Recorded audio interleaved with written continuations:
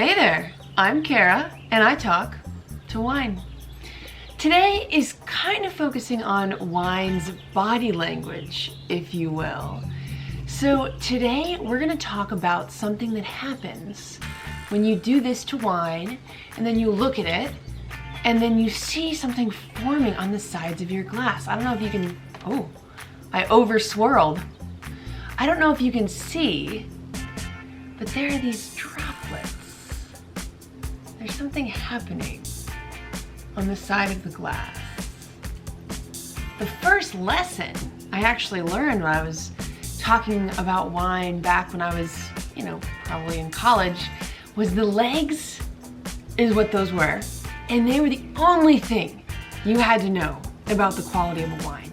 So if you did this to a wine and you saw those beautiful, streaking driplets, the wine was good quality. I thought I knew everything about wine. So when I came out to Napa right after college to kind of learn and share what I knew about wine, that was the first myth that got busted for me. A little embarrassing because I kind of rested all my laurels on my knowledge of legs, but essentially I learned, why were they so, someone just asked me, well, why are they so important? And I couldn't answer that question.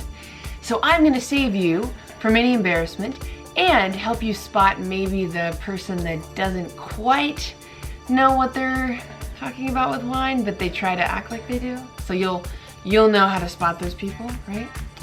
So essentially the only thing I want you to think about with legs, so I actually picked a higher alcohol wine, and that's gonna come important. That's gonna come into play here. So legs are actually the result of science. It's called the Gibbsmarangoni Effect. Essentially, we're just gonna be talking about evaporation rates and surface tension. Before we get too far into it, I'll keep it simple. Essentially, wine is compounds, water, and alcohol. And when we do this, and when oxygen hits our wine, we get to see that the alcohol evaporates out of the glass faster than water. So the rate of the evaporation of water is gonna affect the legs.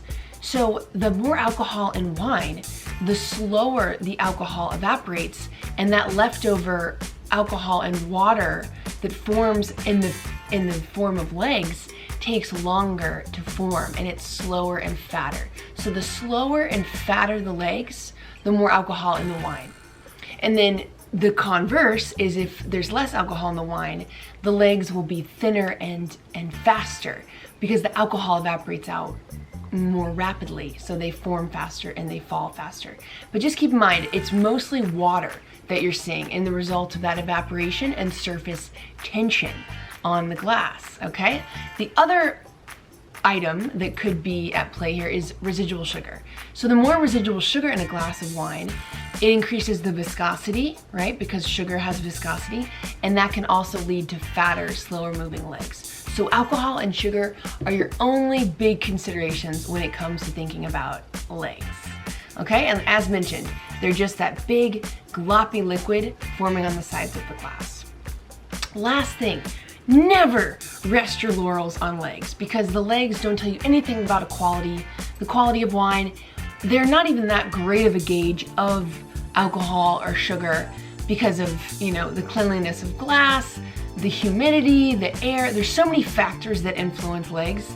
The best thing to keep in mind is don't rely on them for assessing the quality of a wine. Think about more of the alcohol content and the sugar content of a glass, and spot your posers. Spot the people that you might be intimidated by when they go on and on about the legs, but then you'll know, unless they have the why behind the legs, they're maybe not in the know.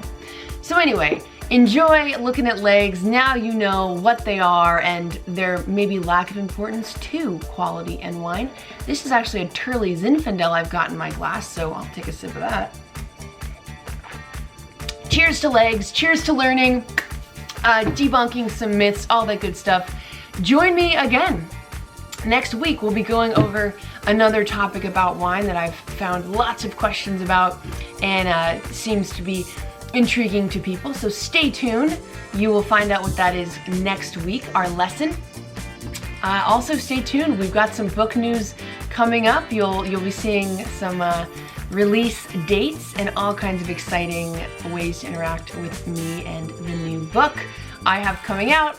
But other than that, drink up, cheers, and I'll see you next week.